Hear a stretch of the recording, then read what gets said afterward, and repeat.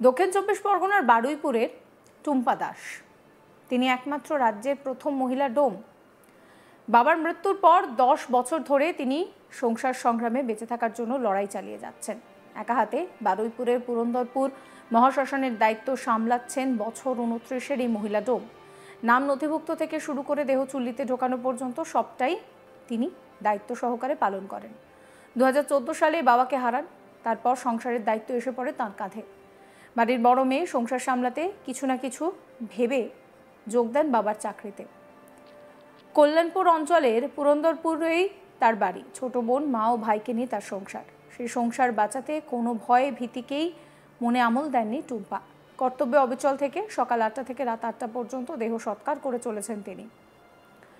মাসিক বেতন 3,500 টাকা থেকে বেড়ে 5,000 টাকা হয়েছে। এখন শ্মশানে বসেছে ইলেকট্রিক চুল্লি। তার আগে কাঠের চুল্লিতেই হতো শেষকৃত্য। সেই অভিজ্ঞতাও রয়েছে টুম্পার। তার কথায় কোনো কাজই কঠিন ভাবেননি তিনি। তিনি বলেন, বাবা মারা যাওয়ার পর ভেবেছি সংসারকে বাঁচাতে হবে, তাই কাজ করতে হবে। প্রথম একটু ভয় লাগতো, কিন্তু এখন আর লাগে না। পরিস্থিতি এবং সময় সব কিছু শিখিয়ে দিয়েছে।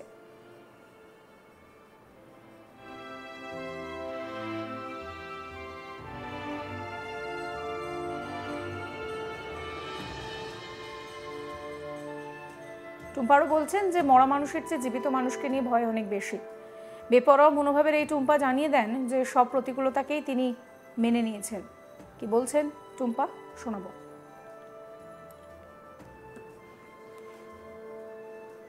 জোড়াবন্দির যে ইলেকট্রিক যে চুল্লি বা শ্মশান যেটা আর কি, এখানে আপনি মহিলা ডোমের কাজ করছেন, নিজেকে কি মনে করছেন, মানে কি ভাবছেন? এখানে ভাবার কিছু নেই, যেহেতু আমার এই কাজের প্রয়োজন ছিল, তো সেই সূত্রে আমাকে এখানে কাজের জন্য বলা হয়। আমার বাবা মারা যাওয়াতে, আমার বাবা 2014-তে মারা যান। হ্যাঁ, বাবা এখানে ডোমেরই কাজ করতো। তো 2014-তে উনি মারা যাওয়ার পর এটা কিছুদিন অন্য একজন চালিয়েছে। তো আমরা তো সঙ্গে সঙ্গে করতে পারি না। তারপরে আমাকে মাকে বলা হয়েছিল যে এখানে তাহলে কাজটা তোরা করবি। তো আমরা হ্যাঁ বলেছিলাম। আমার দরকারও ছিল সেই সময় সংসার চালানোর জন্য, সেই কারণে আমি হ্যাঁ বলেছিলাম। আর বলেছিল কোনো অসুবিধা হলে শ্মশানে কাজটা কর, কোনো যদি অসুবিধা হয়, বিভিন্ন রকমের লোক আসে এখানে, আমরা আছি, কোনো রকম অসুবিধা হলে ডাকবি, আমরা আছি। কিছু মানুষের আমি সাপোর্ট পেয়েছি, বলবো না যে সাপোর্ট পাইনি, সাপোর্ট পেয়েছি। কিছু মানুষ বিরোধও করেছে যে তুমি পারবে না এসব কাজ, তুমি বেকার করছো, এটা একটা ছেলেদের কাজ, তুমি কেন করছো এইসব।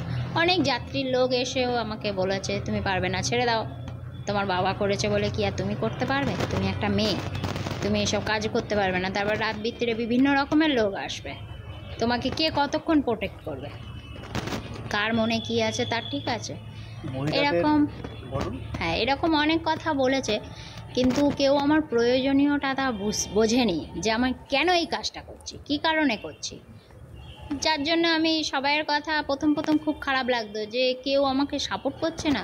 কিছু মানুষ এখানকার আমার সাপোর্ট করেছে, কিন্তু যেসব পার্টিরা আসছে, যাদের সঙ্গে রোজ আমার দেখা সাক্ষাৎ, সেই সব মানুষরা যদি একটু পাশে দাঁড়ায় সেখানে, তার থেকে আর বড় কিছু আছে? তো তারা, আপনি একজন মহিলা হয়ে মহিলাদের যে অন্যান্য কাজের পাশাপাশি আপনি এটাকে কেন বেছে নিলেন?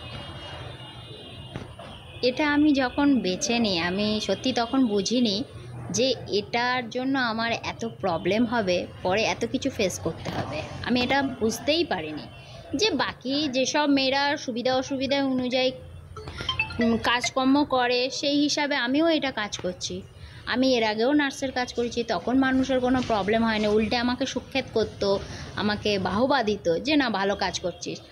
তো এই কাজে যে তারা বিরোধিতা করবে, তো আমি এটা ধারণা ছিল না, আর আমার এটা প্রয়োজনও ছিল তখন সংসার চালানোর জন্য, সেই জন্য আমি বেছে নিয়েছি। কিন্তু বেছে নেওয়ার পর যখন এই কাজটা আমি কন্টিনিউ করছি, দেখছি বিভিন্ন মানুষ বিভিন্ন রকম কথা বলছে। তখন আমি মাঝখানে মনে করেছিলাম যে এই কাজটা কি এত ছোট তাদের কাছে, যে কেউ আমাকে দেখে কথা বলতে চাইছে না, আমি যে রাস্তা দিয়ে যাচ্ছি সেই রাস্তা চেঞ্জ করে নিচ্ছে, আমাকে ছুঁইলে স্নান করতে হবে।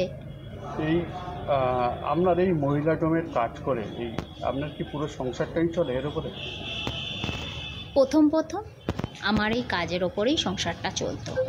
তারপরে আমার মানে বছর 3-4 পর আমার বোন একটা কাজ পায়, তার মাইনে আর আমার মাইনে নিয়ে সংসারটা চলে। টুম্পার বিয়ের জন্য একাধিক সম্পর্ক এসেছে, সম্বন্ধ এসেছে, কিন্তু তার এই কাজ সম্পর্কে জেনে অনেকেই পিছিয়ে যান। তাতেও কোনো রকম কোনো কষ্ট নেই টুম্পার, কারণ দিনের শেষে সংসার সংগ্রামে তিনি জয়ী হন। রাজ্যের একমাত্র মহিলা ডোম হিসেবে তার একটাই আবেদন, যদি এই কাজটা সরকার স্থায়ী করে দেয় তাহলে তিনি খুশি হবেন। কল্যাণপুর গ্রাম পঞ্চায়েতের উপপ্রধান সুরজিৎ পুরকাইত কি বলছেন শোনাবো। দেখুন, এই শ্মশানটা আমরা প্রায় 30 বছর ধরে এখানে কাটে দেওয়া হতো। তো সেখানে অসংরক্ষিত অবস্থায় ছিল। তো সেখানে ওর বাবা 20-25 বছর ধরে এখানে কাজ করতেন। তারপর বাবা কঠিন রোগে আক্রান্ত হয়ে মারা যায়। তারপরে ওরা দুই ভাই এক ভাই 2 বোন মাকে নিয়ে একটা অসহায়তার মধ্যেই ছিল। আমরা এখানে সুইচ দিয়ে এখন সমস্ত ইলেকট্রিকে দেওয়া করা হবে। তো এই ধরনের একটা ব্যাপার ওদের প্রস্তাব দিতে, এবং যেহেতু ওদের একটা অভাবী পরিবার, সঙ্গে সঙ্গে ব্যাপারটাকে বললো তোমরা আমাদের সাহায্য করো সুবিধা হলে। আমরা স্থানীয় লোক হিসাবে ওদের বরাবরই ছিলাম এবং আগে কমিটিতে তো চালাতাম। তো সেই হিসাবে আমরা বললাম ঠিক আছে, কোনো অসুবিধা নেই, আমাদের প্রোটেকশন আমাদের থাকবে লোকাল ছেলেরা হিসেবে, ওই কাজটা করুক। এক্ষুনি তো কোনো কাজ পাচ্ছে না, সেইভাবে পাচ্ছে না। তাতে ওরা ওয়েলকাম করলো এবং সেখান থেকে ও কাজ শুরু করলো এখানে। এই যে এখানে যে এই মহিলা ডোম থাকাতে ওর এলাকায় বা এই এলাকায় কোনো সমস্যা হচ্ছে? না, এখানে ওই সামাজিক যে ব্যাধি বা এই ডোম বলে তাকে আলাদা করে এরকম কোনো রকম প্রতিবন্ধকতা ওর মধ্যে কোনো দিনই হয় না। এই এলাকার লোক খুবই ভালোবাসে ওকে, এবং সঙ্গে সঙ্গে ওর যে কোনো সমস্যা হলে আমাদের বললেই এখানে আশপাশের যে আমাদের ক্লাবগুলো আছে সমস্ত ছেলেরা ঝাঁপিয়ে ওর পাশে দাঁড়িয়ে যায়। কারণ বিভিন্ন টাইপের মানুষ তো দাওয়া করতে আসে, তো অনেক সময় অনেক হতেই পারে। সেই কারণে যখনই ও ফোন করে স্থানীয় ক্লাবের ছেলেরা, স্থানীয় পাড়ার ছেলেরা এসব পাশে দাঁড়িয়ে যায়। আমার নাম সুরজিৎ পুরকাইত, আমি বর্তমানে উপপ্রধান কল্যাণপুর গ্রাম পঞ্চায়েত। আপনাদেরকে আরো একবার শোনাবো টুম্পা দাস কি বলছেন। এই যে জোড়াবন্দির যে ইলেকট্রিক যে চুল্লি বা শ্মশান যেটা আর কি, এখানে আপনি মহিলা ডোমের কাজ করছেন, নিজেকে কি মনে করছেন, মানে কি ভাবছেন?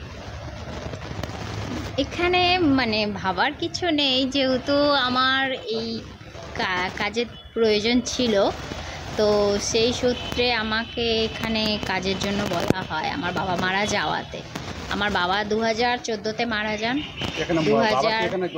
হ্যাঁ, বাবা এখানে ডোমেরই কাজ করতো। তো 2014-তে উনি মারা যাওয়ার পর এটা কিছুদিন অন্য একজন চালিয়েছে। তো আমরা তো সঙ্গে সঙ্গে করতে পারি না। তারপরে আমাকে মানে মাকে বলা হয়েছিল যে এখানে তাহলে কাজটা তোরা করবি, তো আমরা হ্যাঁ বলেছিলাম।